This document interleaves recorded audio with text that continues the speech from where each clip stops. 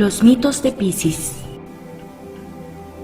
Piscis es un signo de agua, tremendamente sensitivo y compasivo, que busca en su experiencia la fusión, la dilución y la entrega. Todo en Piscis parece estar regido por el sentimiento y un gran sentido receptivo emerge en todos sus actos, impresionable e influenciable. Es quizás el más emotivo de todos los signos. El símbolo de Piscis, dos peces nadando en direcciones opuestas, nos habla de esa naturaleza sin protección, abandonada al fluir. Piscis, como los peces, es escurridizo y escapista, con una gran dificultad en distinguir dónde acaba él y dónde comienzan los demás. Quizás por eso necesita revestirse de escamas vistosas que le individúen, como actitudes mentales y lógicas para esconder su real sensibilidad y vulnerabilidad. En la cultura cristiana, los símbolos alusivos al pez son innumerables. El pez es asociado a Cristo, el Redentor de los hombres, como exponente máximo de la entrega. Los apóstoles son pescadores. El milagro de los panes y los peces, la abstinencia de comer carne y sustituirla por pescado en la Cuaresma, que es el tiempo de Piscis, así como el ritual del bautismo emergiendo al neófito en el agua, por citar algunos. En la cultura griega, el símbolo del pez es constante, recuperándolo de culturas anteriores como representativo de la naturaleza femenina, de la Gran Madre, a la que se le ofrecían sacrificios rituales. La pareja madre e hijo sacrificado está presente en los dioses babilonios, en la figura de Atargatis e Ictio, que más tarde se convierte en el dios Ea, la cabra pez, símbolo de Capricornio. La relación entre estos dos signos es notable y fácilmente podemos asociar mitos referentes a Piscis con los de Capricornio. Cristo sería tal vez el más evidente, aunque en Piscis se pondría el énfasis en el aspecto emocional y en la entrega, y en Capricornio en la realización y en lo concreto. En Piscis el mito pone de relieve la dualidad madre poderosa y sufriente, a veces destructiva, y el hijo redentor, condenado y sacrificado, y la muerte y resurrección que es necesaria para redimir esta parte oscura materna. La madre y el hijo son a la vez el mismo personaje interiorizado en Piscis. Es a la vez la madre solícita que hace que el hijo enferme y le lleva a la destrucción, y el hijo que redime las culpas y excesos de su entorno como víctima propiciatoria. Piscis es el último signo de agua, el que representaría el mar de nuestras emociones, el inconsciente colectivo del que habla Jung. En este signo uno suele sentirse poseído, ahogado por ese inconsciente que irrumpe poderosamente en la psique personal y uno siente el dolor y el placer de todos. Piscis es también un signo de transpersonalidad como Acuario, pero de una forma emocional. Es en Piscis donde se puede sentir la máxima compasión, y no es de extrañar que sus nativos a veces quieran escaparse de ello. Piscis siente una gran responsabilidad en el sentido literal de la palabra, la capacidad de responder en los movimientos emocionales que vive, y no siempre es capaz de dar esa respuesta. De ahí su sensación de impotencia, que lo hace hijo dependiente y escapista. Otro arquetipo antagónico es el del cuidador maternal, que cree que puede contener todo el dolor del mundo con una actitud prepotente y salvadora. En Piscis uno necesita encontrar el equilibrio entre esos dos peces y aceptar lo que la vida trae, sin evitarlo ni querer modificarlo. El mito de Dionisios. El mito griego más descriptivo de la naturaleza de Piscis podría ser el de Dionisios, Baco para los romanos, dios del vino. Sus relatos van siempre unidos a Demeter, diosa del trigo, que vimos en el signo de Virgo, opuesto y complementario a Piscis. Como una gran exaltación del pan y el vino, tan comunes en la cultura mediterránea y tan ligados a la religión cristiana. Dionisios es hijo de Zeus y de Semele, princesa de Tebas. El nacimiento de Dionisios es descrito de formas diferentes. En una de las versiones, Hera, la celosa mujer de Zeus, convenció a Semele, estando esta embarazada de Zeus, que le pidiera al dios verlo en todo su esplendor, con lo que Zeus se mostró como el relámpago y el trueno, de forma que Semele murió carbonizada. Hermes, al darse cuenta, le arrancó el hijo de las entrañas y lo depositó en el muslo de Zeus hasta el momento del parto. Otra leyenda cuenta que Semele y su hijo ya nacido fueron desterrados de su pueblo, encerrados en un cofre y lanzados al mar, como Perseo y su madre que veíamos en Escorpión, otro signo de agua, de forma que Semele murió y el niño fue recogido y criado en Laconia. A Dionisio se le llama por estas leyendas el 2 veces nacido. Fue criado por las ninfas o Íades, las llamadas lluviosas, que personificarían el espíritu de la naturaleza. Ya adulto Dionisio era celosa del hijo de Zeus, lo enloqueció y en este estado anduvo errando por Egipto y Siria, llegando a Frigia, en Asia, donde se inició en diferentes cultos místicos.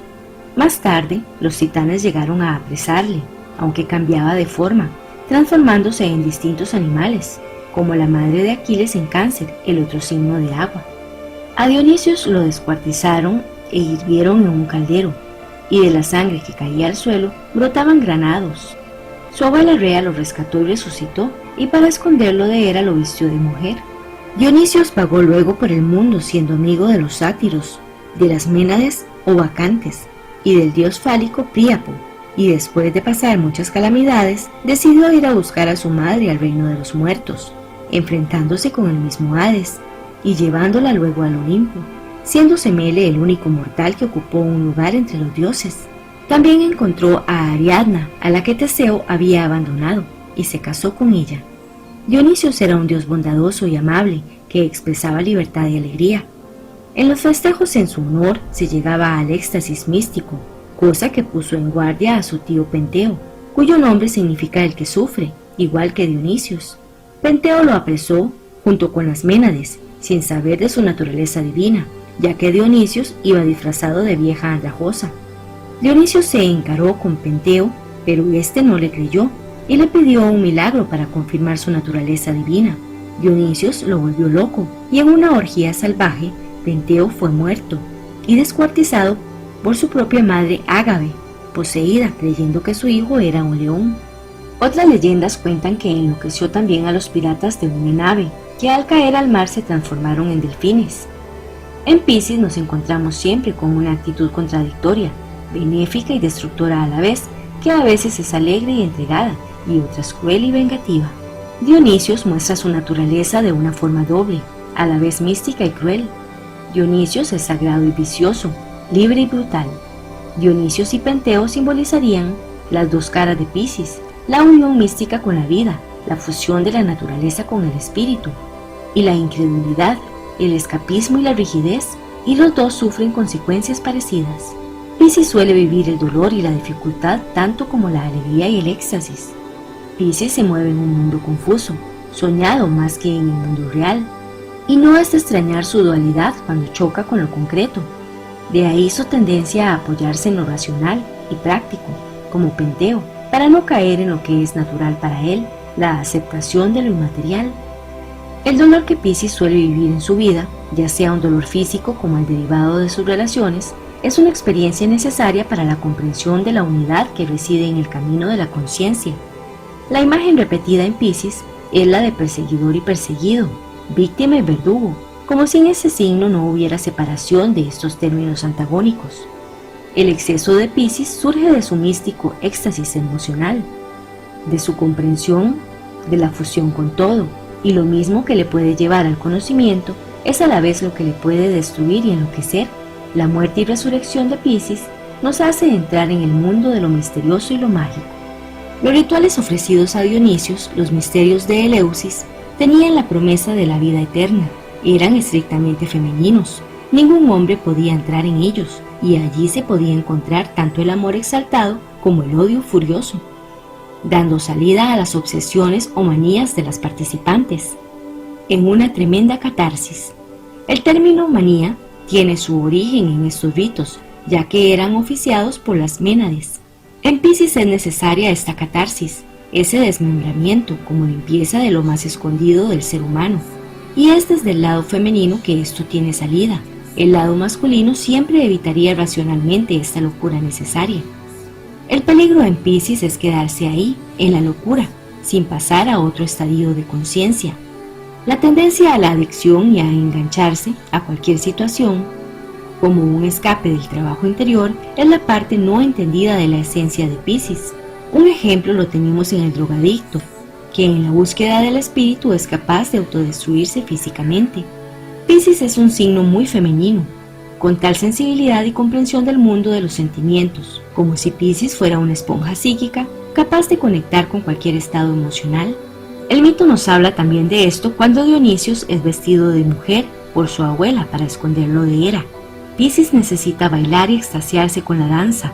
Curiosamente, hay muchos bailarines conectados de alguna forma con este signo, como Isadora Duncan, que en su vida pudo vivir tanto el dolor con la muerte de sus hijos, curiosamente ahogados, como el placer en su movimiento expresivo y en sus experiencias amorosas. Piscis no era su signo solar, pero realmente expresó en su vida el arquetipo de este signo. La captura de los bueyes de Gerión. El trabajo de Hércules referente a este signo es el de la orden que se le da al héroe de capturar la manada de bueyes rojos que Gerión se había apropiado. Gerión es un monstruo de 3 cabezas, 3 cuerpos y 6 manos, que retiene la manada con la ayuda de un pastor y un perro de 2 cabezas. Hércules medita durante 7 días en Helios, el sol, y éste le da un cáliz de oro que le permite cruzar los mares y llegar a la región de Iritia, donde estaba la manada. Hércules mata al perro y ante las súplicas del pastor le perdona la vida. Después se enfrenta con el terrible monstruo en una feroz lucha y finalmente le atraviesa los 3 cuerpos con una flecha. Hércules condujo luego la manada a través de los Alpes e Italia y tuvo que separar las columnas que representan Ceuta y Gibraltar para llevar a los bueyes a la ciudad santa, ofreciendo el cáliz de oro a Atenea. En este trabajo Hércules representa el salvador de la parte humana, poseída por el monstruo de la razón. La manada roja es símbolo del deseo que Hércules debe rescatar y el pastor de la mente distorsionada que el héroe debe equilibrar con el trabajo emocional.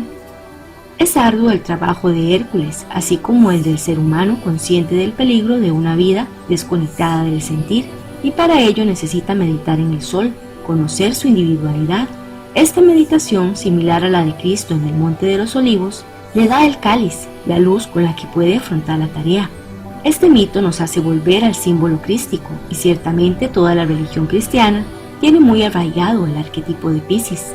A Hércules se le da una orden, y no en vano Piscis es el signo de la obediencia, de la obligación ineludible a la trascendencia. El mito de Poseidón. El regente de Piscis es Neptuno, nombre romano de Poseidón, dios de los mares y del agua, al que se le representa con un tridente y montado en un carro tirado por animales monstruosos, mitad caballos y mitad serpientes, y rodeado de peces, delfines y animales marinos, de todas las especies, así como nereidas y genios. Sus leyendas, siendo como es hermano de Zeus y Hades, parecen menos relevantes y solamente puede verse su potencia en las inundaciones que provoca cuando se encoleriza. Poseidón pierde el patrocinio de las ciudades que disputa con sus hermanos jugando a los dados. También disputa con Atenea el patrocinio de Atenas, pero la diosa hizo brotar un olivo en la Acrópolis, donde él había puesto un lago salado, cosa que Zeus juzgó más apropiado, y la ciudad quedó para Atenea. De todas maneras, Poseidón era el señor de la mítica Atlántida, la isla maravillosa en la que se edificaron magníficos palacios, dada su riqueza en metales preciosos y en vegetación. Poseidón se casó con Clito, una doncella atlante, y tuvo con ella 5 pares de gemelos que crearon la raza de los atlantes. La isla, dice Platón, que desapareció por un cataclismo, aunque hay quien especula que podía haber sido Creta en la época del matriarcado. Parece pues que Poseidón es un dios poderoso, pero que no es guerrero más que cuando pierde los estribos, y al que normalmente le toca las de perder en relación con los otros dioses, cosa que cuadra totalmente con el arquetipo pisciano. El mito del pez. El pez, como símbolo de lo más primitivo de la vida, nos hace ver que sin la vuelta al origen caótico todo trabajo es estéril. Piscis es el único signo de agua representado por un animal sin caparazón, de ahí su sufrimiento evidente y concreto. Los personajes mágicos están en Piscis representados, ya que todas las sirenas que hacen olvidar a los marineros sus destinos, o las rusalcas eslavas que se llevan el alma del que las oye cantar, las nereidas que cambian su apariencia, los genios, los duendes, etc., forman parte de las fantasías que Piscis suele vivir. Todos los mitos de Piscis son casi inapresables racionalmente, y lo único que podemos hacer son dar pinceladas simbólicas de algo que en el terreno de lo fantasioso es inagotable. Piscis nos habla del diluvio mítico, de la dilución universal, de la nueva vida que surge de enfrentarse a uno mismo. La aceptación y la entrega es lo único que el ser humano tiene para encararse con sus complejos conscientes e inconscientes. Y no solamente los complejos personales, sino también los colectivos, de los que se dice que perviven 7 generaciones. Nadie puede crecer en conocimiento sin asumir el pasado. Es la compasión necesaria, sin la cual no es posible llegar a ningún lugar. Aunque Piscis no es débil, la tentación y el victimismo es más que probable, así como su huida hacia la pasividad y la pereza. La conciencia de su trabajo es emocionalmente tan clara que el escape inicial es comprensible. Piscis tendría un carácter casi mediumínico, que debe llevar a la tierra. No es casual que Piscis esté asociado en el cuerpo humano con los pies. En Piscis es necesario el contacto con la tierra, con la concreción del trabajo, para poder llegar al éxtasis místico real, no el emocionalmente imaginado o fantaseado. El tiempo de Piscis es el tiempo de espera para la gran revolución de la vida que surge en Aries, y a este signo le corresponde concluir el ciclo, sin dejar nada pendiente, y es por ello que se encuentra con lo más escondido y abandonado de la propia psique. Piscis tiene pues el destino simbólico de redimir la naturaleza humana. De cada uno depende el aceptarla y entregarse o escaparse.